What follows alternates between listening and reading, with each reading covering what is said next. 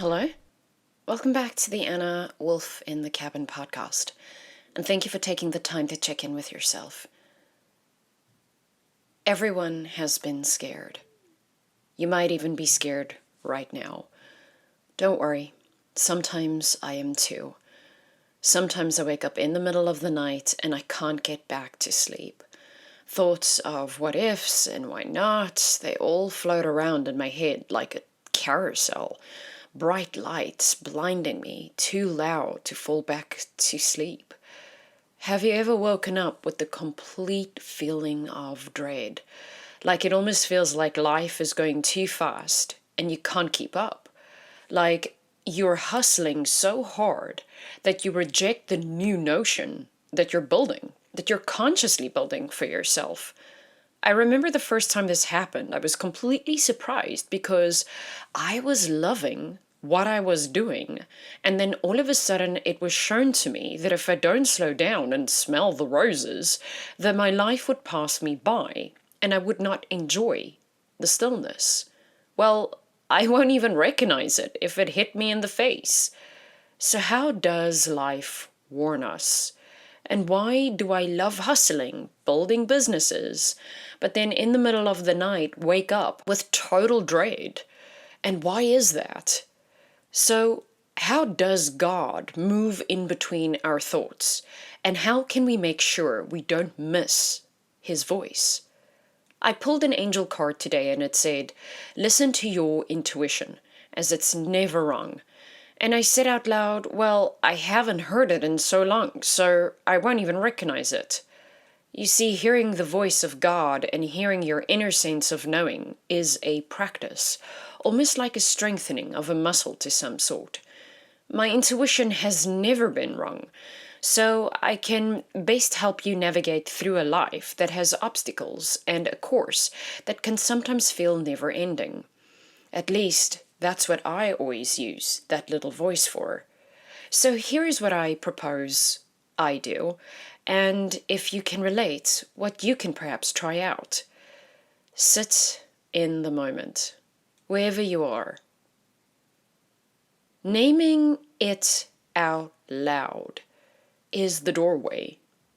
You see, a lot of the times we already do this. Like I will say, I'm scared, I'm nervous, I'm excited but nervous. So I want you to feel whatever you're feeling and name it. Place it in a space where you can see it and that you can gain distance from it. So I place the fear in a room and give it a voice. That is the first and most underrated spiritual act. Give it a name. But this is the thing. I've heard before that if you give it more attention, if you give it a name, it becomes this entity. It becomes its own moving thing. But I've also learned the opposite, that when I name it, I can feel that it's not part of me. It's not part of my cellular level, not part of the patterns in my brain. It becomes its own thing. And then I can choose to navigate how to deal with that thing. So it's almost like a person or a friendship. You would meet someone and understand if you would want to spend a lifetime with them or not. When I name the thing that's pulling at me, the dread, the shame, the impatience, the small voice that says, I'm not enough, it cannot hide in the dark anymore. It becomes a thing you can speak to, negotiate with, or hold like a child. And the second thing is breathe as truth. When our minds race, the breath is the immediate doorway to the body's memory. And I always do the following. So wherever you are right now from naming it, take a slow inhale for 4 counts. Come with me. And then hold it for 4 counts. And then exhale for 6.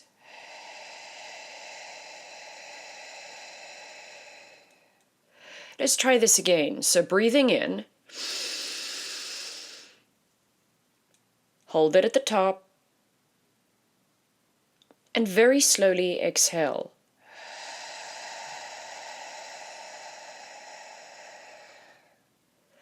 Hear how the breath stretches the space between your thoughts. That gap is where intuition whispers. And then third, practice hearing it, the intuition muscle. If you haven't used it in a while, it will feel quiet. And I'm going to say it. My voice has been super quiet. And usually it's not. Usually I am divinely and godly led to move into what God has for me. We have to practice like musicians, tuning an instrument. So here's another practice that I call the 3-minute listening. In the same space that you're now, or maybe save this episode and come back to it at a later stage. I want you to sit in a comfortable position and close your eyes. Place a hand on your heart and a hand on your belly. Breathe slowly. Just feel it, feeling the rise and fall. I want you to count backwards from 30. And this is not to empty your mind, but to settle the mind's need to narrate. And if a thought interrupts, notice it, thank it, and bring your attention back to the breath. After the count, I want you to ask a gentle question. Not, why is my life ruined? Why am I going through this? But something small and more specific. Something like, do I need to slow down this week? Or is there one simple action that would make me feel more alive today? Sit and listen for 1 minute. Don't manufacture an answer. Let sensations, images, or a word rise. It may be a smell. It may be a memory, a color. These are all valid. And if you feel like it's your imagination taking over in this moment, run with it. Don't hesitate it. Don't dismiss the creative ability that we as human beings have. Because it is in those moments that we can either find the answers symbolically, metaphorically, or literal. I wrote this next piece for you. And feel free to listen to it perhaps once you've done the counting backwards from 30 to 1. And it sounds like this. It's titled, Listen, Little Fear. You sit at the edge of the night, the moon, just you and the moon. A small animal filled with questions. Its eyes are full of tomorrow's storms. It trembles at the sound of possibility, yet it's desperate to explore. You tell me you're afraid. I will not hush you. Instead, I will name you fear. We will do this together. A hand on your chest, count the breaths like coins, slow and steady. Fear is a returned letter from a life not yet written. Ink wet with what if, and heavy with should. It smells of old rooms and unfinished songs. It remembers the exact weight of every goodbye. But listen, beneath its teeth there is a pulse, a soft, stubborn rhythm that wants to be heard. It asks not for permission to drown you, but for a seat at the table. Perhaps a small cup of tea, just like Alice, going down the rabbit hole. Bring it light and let it show its shadows. Watch the leaves on the river of your mind, each one a worry, a wish, the unknown. Name one and let it float. You are not the current. There is a chant you can fold into your ribs. I am here, I am home.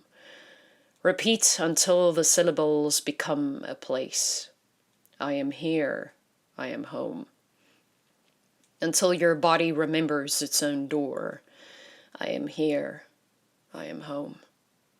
Tonight, be kind to the animal inside you.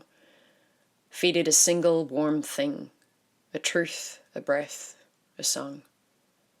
Fear will soften. It will learn to lie down. and in the thin blue hours you will find your voice again. I am here. I am home. I am here. I am home. Thank you for checking in with yourself. Till next time, remember to subscribe and leave a comment, and share it with someone who you feel this might resonate with. Till next time, bye.